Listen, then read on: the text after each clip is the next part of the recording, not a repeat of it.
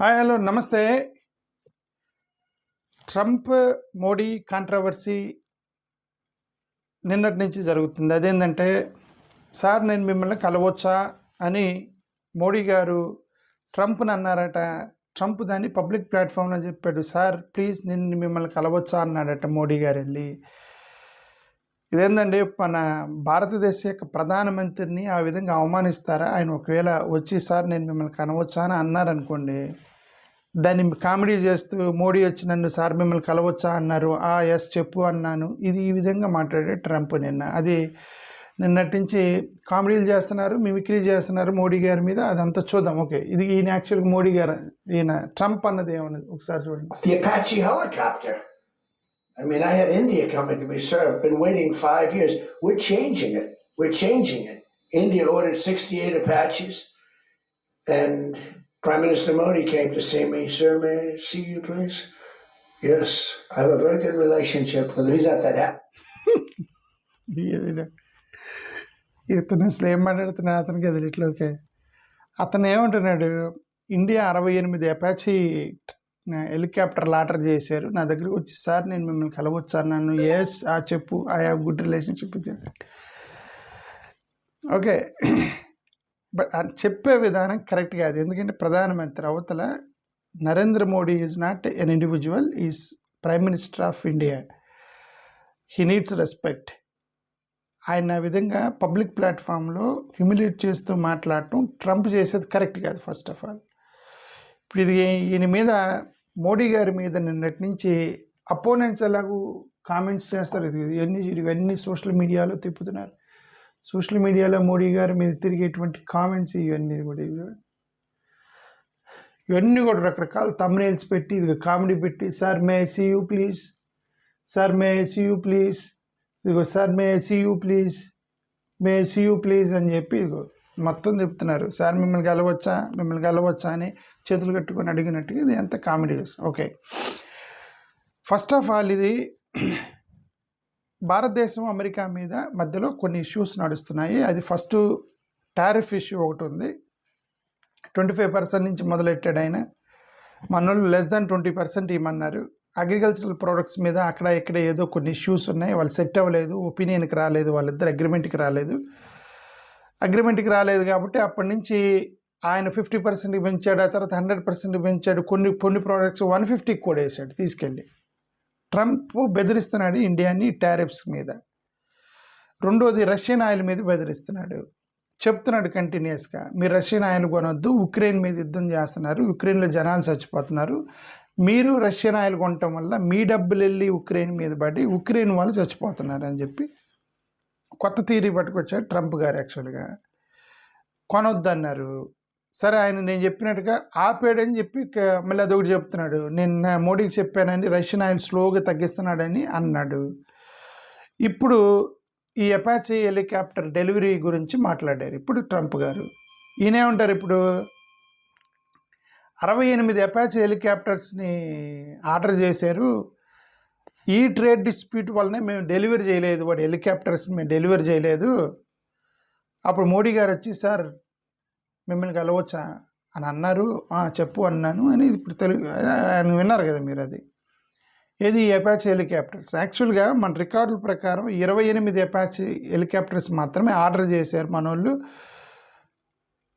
Okay, 2024లో అవన్నీ కూడా already delivery అయినాయి అంట. ఆల్రెడీ ఇంకొన్ని ఉన్నాయి, ఏదో ఒక 6-7 కొన్ని ఉన్నాయి అంతే. ఇంకా 28లో మొత్తం ఆల్మోస్ట్ డెలివరీ అయిపోయాయి.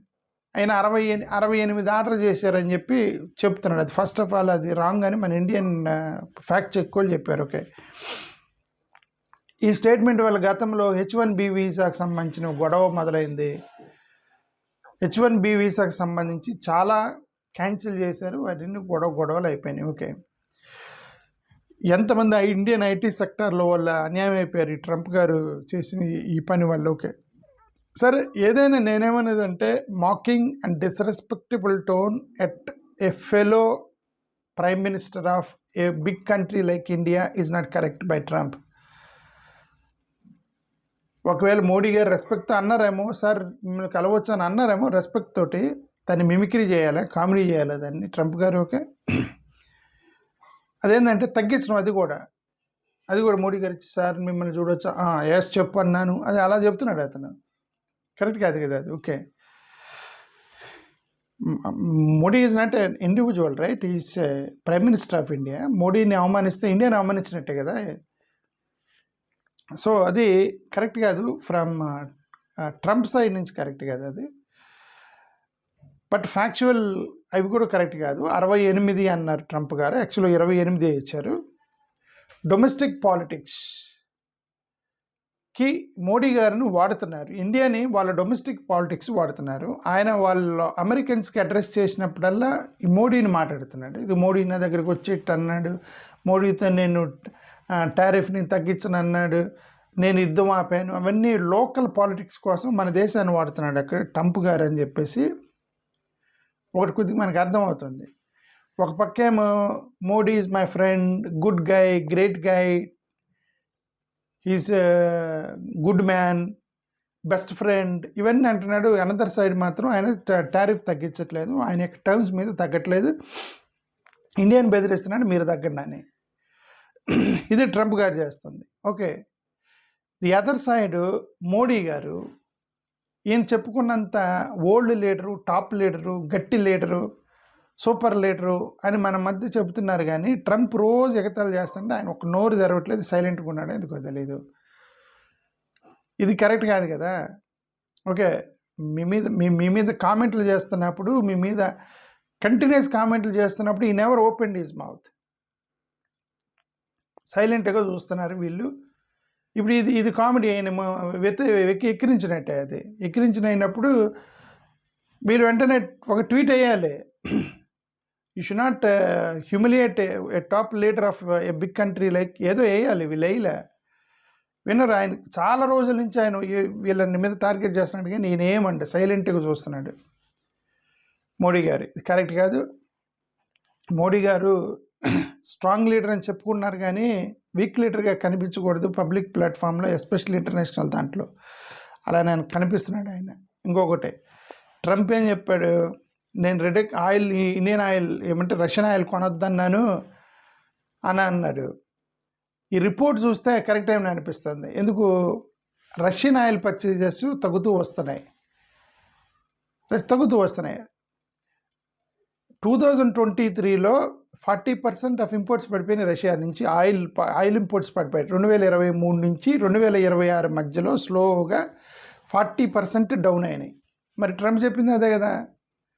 ట్రంప్ ఏం చెప్పాడు, నువ్వు ఎవరికి చెప్పొద్దు అన్నాడు. మోడీ నాకు ప్రామిస్ చేశాడు, నువ్వు ఎవరికి చెప్పొద్దు, నేను స్లోగా తగ్గిస్తానులే అని అన్నాడు. He promised me that he will not by oil from Russia oil అని ఒకసారి ట్రంప్ అన్నాడు కదా. ఈ రికార్డ్ కరెక్ట్ అని చూపిస్తుంది. ఎందుకంటే 23 నుంచి 26 స్లోగా 40% ఆయిల్ డౌన్ అయిపోయినాయి రష్యా నుంచి. అందుకే మొన్న మల్లికార్జున్ ఖర్గే ఆయన ఏమన్నారు, ఇది ఈ రికార్డులు బయటపెట్టి నువ్వు ట్రంప్ ముందు లొంగిపోయావు మోడీ గారు, ఆయన చెప్పింది కరెక్టు, రష్యన్ ఆయిల్ నేను చెప్పానని రష్యన్ ఆయిల్ కొన్నన్నాడు, నీ రికార్డ్ చెప్తుంది నువ్వు నిజంగా కొంటలేదని. స్లోగా డౌన్ అయిన 40% డౌన్ అయినాయి అని చెప్పి నేను మల్లికార్జున్ ఖర్గే ఒక పోస్ట్ ఏదో ట్వీట్ చేశాడు. ఓకే, అంటే అర్థమంటే ట్రంప్ చెప్పింది కరెక్ట్. అంటే ట్రంప్ గారికి మోడీ గారు చెప్పారట, సరేనని ఎంతో గొడవ ఎందుకు, నేను కొనలేండి రష్యా నుంచి, నీ దగ్గరే కొంటాను అన్నాడు అనుకోండి ట్రంప్ తోటి. అది పబ్లిక్కి చెప్పకూడదుగా, ట్రంప్ దాన్ని పబ్లిక్కి చెప్పాడు. ఈయన వీక్ అయిపోతున్నాడు. They are making our Indian prime minister weak. అందుకే అపోజిషన్ అంటే వీక్ ప్రైమ్ మినిస్టర్ అంటున్నారు. అందుకే వీక్ ప్రైమ్ మినిస్టర్ అని ఎందుకు అపోజిషన్ అంటున్నారు, ఎందుకు అంటున్నారు? ఓకే, వాళ్ళు చెప్పినంతగా యాక్చువల్గా కనబడతలేదు, ఇంటర్నేషనల్ ప్లాట్ఫామ్లో స్ట్రాంగ్గా నిలబడతలేదు అనేది వీళ్ళు అపోజిషన్ చేసేది. పర్సనల్ ర్యాపోర్ట్ మీద మన దేశాన్ని నడపలేము. Bromance, howdy Modi, true friend, good man, best friend, ఇవన్నీ వర్కౌట్ అవ్వు. దేశం యొక్క పరపతికి వచ్చిన తర్వాత దేశానికి సంబంధించిన ఇష్యూలు, personal relations will not work out. Trump ఏమో Modi is very good man, good guy ఇట్లా అంటూ ఉంటాడు ఇప్పుడు. ఓకే, సో ఇవన్నీ ప్రాబ్లమ్స్. కాశ్మీర్ ఇష్యూలో మాత్రం చాలా స్ట్రాంగ్గా ఉంటారు. 2019లో ట్రంప్ ఇండియా పాకిస్తాన్ మీద నేను సెటిల్ చేస్తా అన్నాడు. మీ మధ్య నేను బ్రోకరేజం చేస్తాను, సెటిల్ చేస్తాను, మధ్యవర్తిత్వం వర్తిస్తానని చెప్పి ఒక ఆఫర్ ఇచ్చాడు. ఆఫర్ ఇస్తే అప్పుడు కాశ్మీర్ ఇష్యూ మాత్రం ఆయన అవసరం లేదు, మేము చూసుకుంటాం అన్నట్టుగా ఒక ఇండైరెక్ట్గా మోడీ గారు చెప్పారు. ఆ ఇష్యూ తప్ప, కాశ్మీర్ ఇష్యూ తప్ప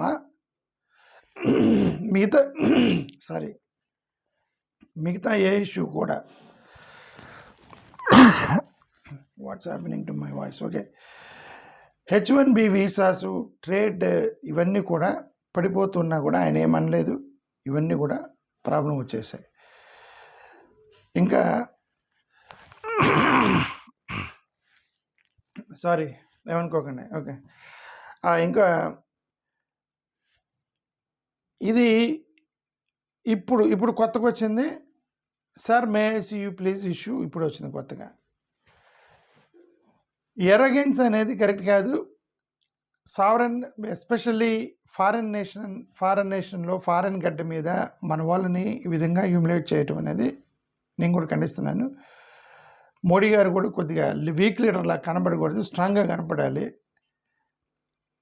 ఇక్కడ మైనారిటీస్ దగ్గర స్ట్రెంగ్త్ చూపిస్తున్నారు, కానీ అక్కడ పెద్ద దేశాల మీద కూడా స్ట్రెంగ్త్ చూపించాలి. అది ఆ స్ట్రెంగ్త్ వేరు, ఈ స్ట్రెంగ్త్ వేరు. ఓకే, నేను అనేది అది ఇదే మనం ఎన్నిసార్లు చెప్పినా ఇంకా అదే. జాగ్రత్తగా మా పెద్ద దేశం లాంటి మన దేశం యొక్క ప్రైమ్ మినిస్టర్ని ఆయన ఇన్వైట్ చేయకూడదు. మోడీ గారు కూడా టఫ్గా ఉండాలి, ఇలా వీక్గా ఉండకూడదు. థ్యాంక్ యూ, నమస్కారం.